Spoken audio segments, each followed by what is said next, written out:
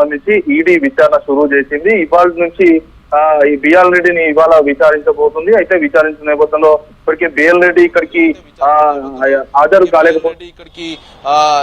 హాజరు కాలేకపోతున్నాను, అనివార్య కారణం వల్ల కొంత సమయం కావాలని కూడా మెయిల్ ద్వారా ఐఓ ఆఫీసర్ కి ఇంటిమేషన్ ఇచ్చినట్లుగా తెలుస్తుంది. దీనికి సంబంధించి ఇంతవరకు కూడా ఈడీ అధికారులు అయితే అక్కడి నుంచి సమాచారం కూడా రాలేదైతే మొత్తానికి అతను హాజరు కావట్లేదు అనేది ఇన్ఫో అయితే ఈడీ అధికారులకు ఇచ్చారు. కాబట్టి మరి ఈడీ అధికారులు ఇప్పటివరకు అయితే దీనికి సంబంధించి వైపు స్పందించలేదు. మరి దీనికి సంబంధించి మరోసారి విచారణకు రావాలని నోటీసులు ఇస్తారా లేదా అనేది వేచి చూడాల్సిన పరిస్థితి నెలకొంది. అయితే ఇవాళ బిఎల్ రెడ్డి విచారించబో నేపథ్యంలో బిఎల్ రెడ్డి ఇవాళ హాజరు కాలేకపోతున్నాడు. మరి రేపు మాత్రం ఐఏఎస్ అరవింద్ కుమార్ ని, ఎందుకంటే ఎంఏయుడిలో చీఫ్ సెక్రటరీగా అతను పనిచేశాడు కాబట్టి అరవింద్ కుమార్ కు సంబంధించి అతని దగ్గర నుంచి కూడా డేటాను తీసుకుని అతని స్టేట్మెంట్ ను కూడా ఈడీ అధికారులు రేపు రికార్డ్ చేయనున్నారు. ఆ తర్వాత 7వ తేదీన కేటీఆర్ ని కూడా విచారించబోతున్నారు. ముఖ్యంగా చూసుకుంటే ఫార్ములా ఈ కార్ రేస్ అనేది ఇప్పుడు రాష్ట్ర వ్యాప్తంగా సంచలనం రేపిందని చెప్పుకోవచ్చు. ఎందుకంటే 55 కోట్ల ఎఫ్ఈఓకి బదిలీలకు సంబంధించి అక్రమంగా జరిపారని ఇప్పటికే ప్రభుత్వం దుస్సారించిన నేపథ్యంలో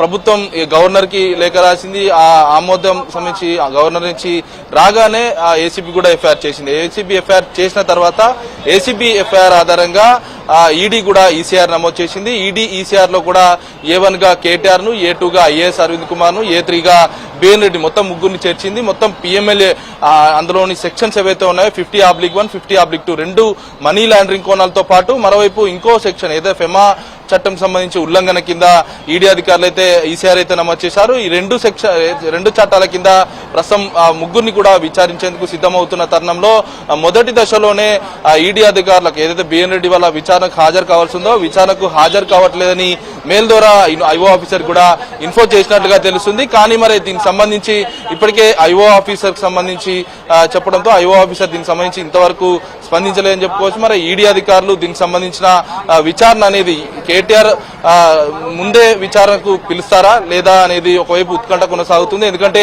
హెచ్ఎండిఏలో అతను చీఫ్ ఇంజనీర్ గా బిఎల్ రెడ్డి పనిచేశాడు కాబట్టి అతనే 22 ప్రొసీడింగ్ కోర్టులకు సంబంధించిన